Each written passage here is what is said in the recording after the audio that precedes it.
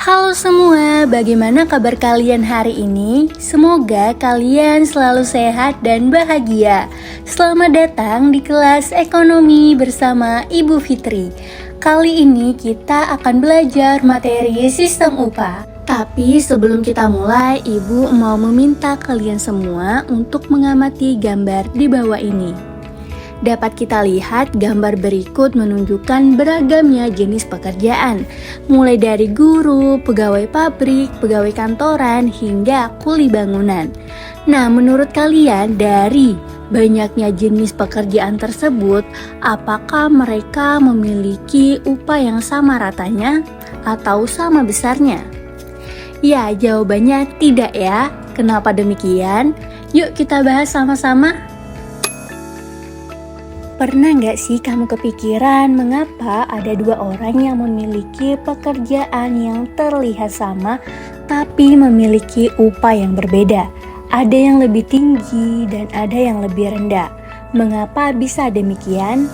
Dan mengapa pemerintah perlu menetapkan adanya upah minimum?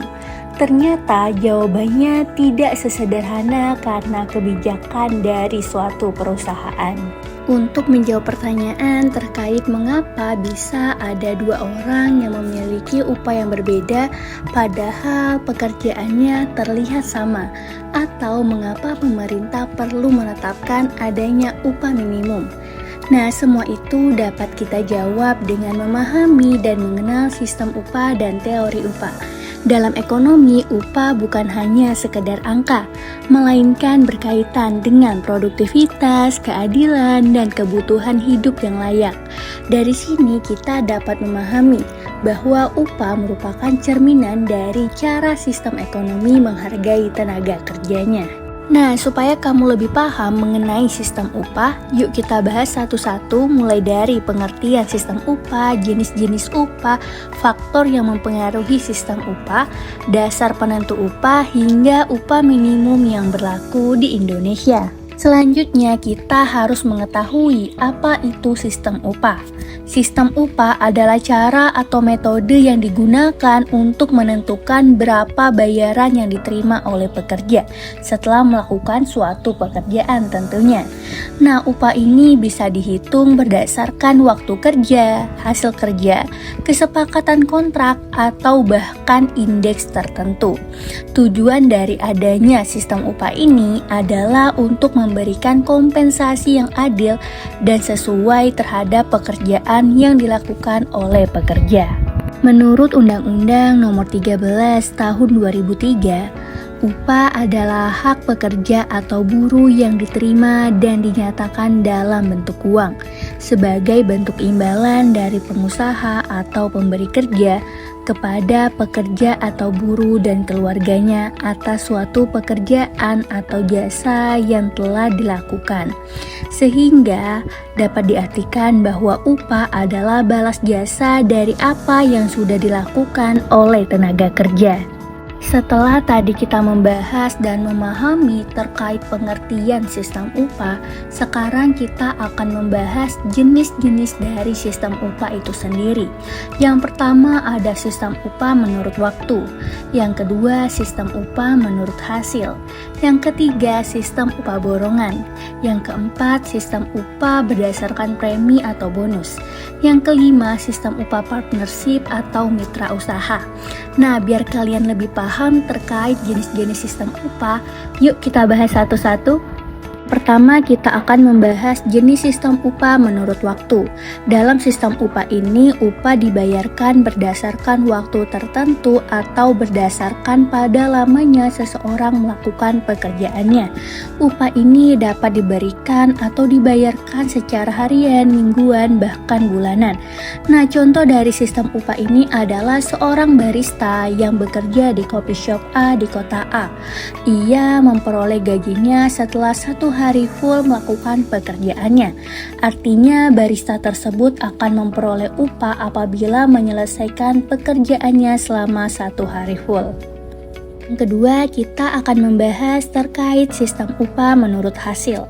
Sistem upah menurut hasil adalah upah yang dibayarkan berdasarkan jumlah produk yang sudah dihasilkan. Semakin banyak hasil kerja, maka akan semakin besar pula upah yang diberikan. Sistem ini umumnya diterapkan di sektor manufaktur atau industri rumahan.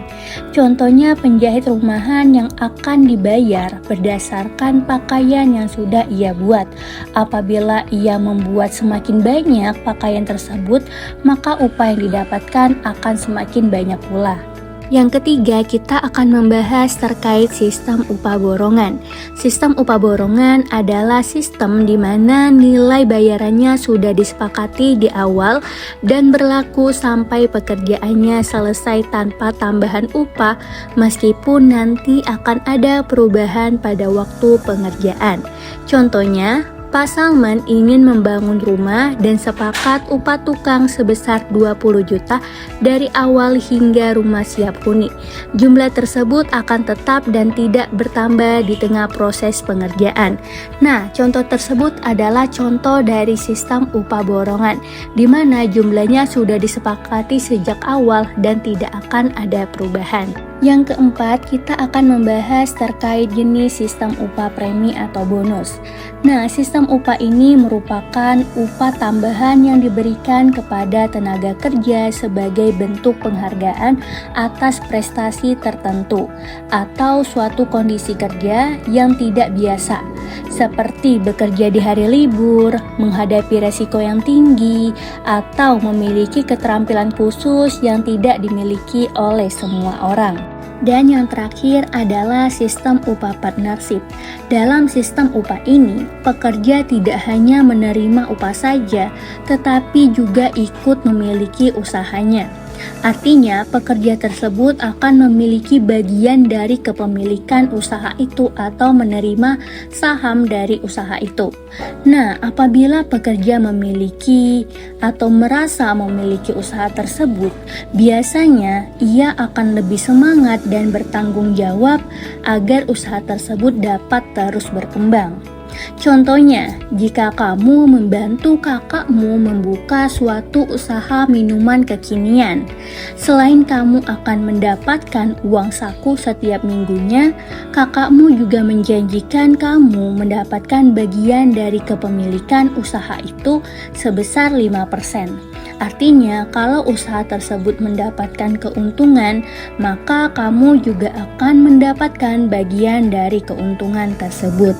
Nah, setelah tadi kita membahas terkait jenis-jenis dari sistem upah yang umumnya digunakan di Indonesia sebagai landasan untuk membayar jasa pekerjaan yang telah dilakukan oleh pekerja kepada suatu pemberi kerja atau perusahaan, sekarang kita akan membahas faktor apa saja yang mempengaruhi sistem upah itu. Sekarang kita akan membahas terkait faktor-faktor yang mempengaruhi sistem upah.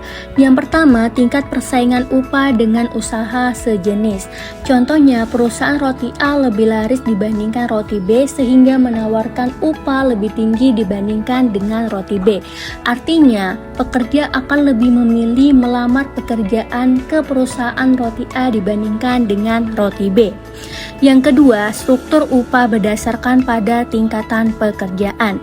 Contohnya, perusahaan A menawarkan gaji lebih tinggi kepada manajer dibandingkan dengan staf. Yang ketiga, performa dari pekerja itu sendiri.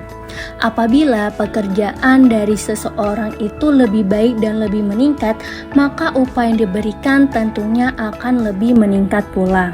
Setelah tadi kita belajar memahami terkait faktor-faktor yang mempengaruhi sistem upah, sekarang kita akan belajar terkait dasar dari penentu upah itu sendiri. Yang pertama, didasarkan pada produktivitas kerjanya. Yang kedua, tingkat pendidikan dan keterampilan yang dimiliki. Yang keempat, jenis dan resiko pekerjaan yang ditawarkan. Yang keempat, pengalaman kerja atau lamanya mereka bekerja. Dan yang terakhir adalah peraturan dari pemerintah. Dan sekarang kita akan membahas terkait upah minimum. Apa itu upah minimum? Upah minimum adalah standar minimum upah yang wajib dibayarkan oleh pengusaha atau pemberi kerja kepada pekerja. Tujuannya adalah untuk menjamin kehidupan yang layak bagi para pekerja dan mencegah adanya eksploitasi tenaga kerja dengan upah yang terlalu rendah. Penetapan upah minimum biasanya didasarkan pada yang pertama, kebutuhan akan hidup yang layak, yang kedua, produktivitas dan pertumbuhan ekonomi, dan yang terakhir adalah inflasi dan indeks harga konsumen. Setelah tadi kita mengetahui terkait apa itu upah minimum, sekarang kita akan membahas terkait sistem penetapan upah minimum. Di Indonesia sendiri, penetapan upah minimum dilakukan setiap tahun oleh pemerintah daerah dengan mempertimbangkan saran dari Dewan Pengupahan.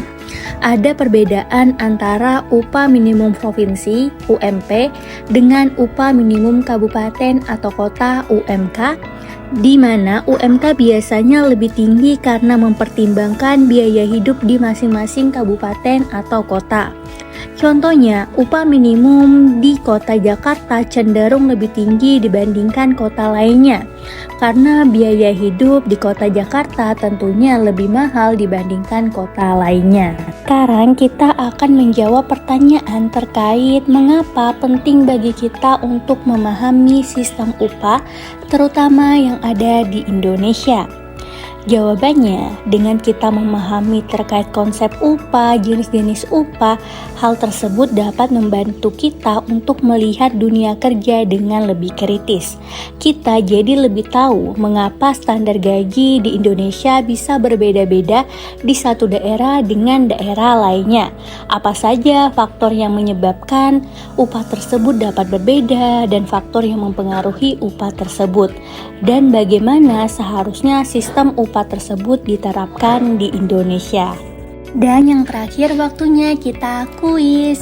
Buat kalian semua jangan lupa menjawab kuis ini di kolom komentar ya. Aku tunggu jawaban kalian. Demikian telah selesai materi kita terkait sistem upah. Jika kalian ada pertanyaan, jangan lupa tulis di kolom komentar ya. Terima kasih atas waktunya, semoga ilmu yang diberikan dapat bermanfaat bagi kita semuanya. Sampai jumpa dan sampai bertemu di lain kesempatan.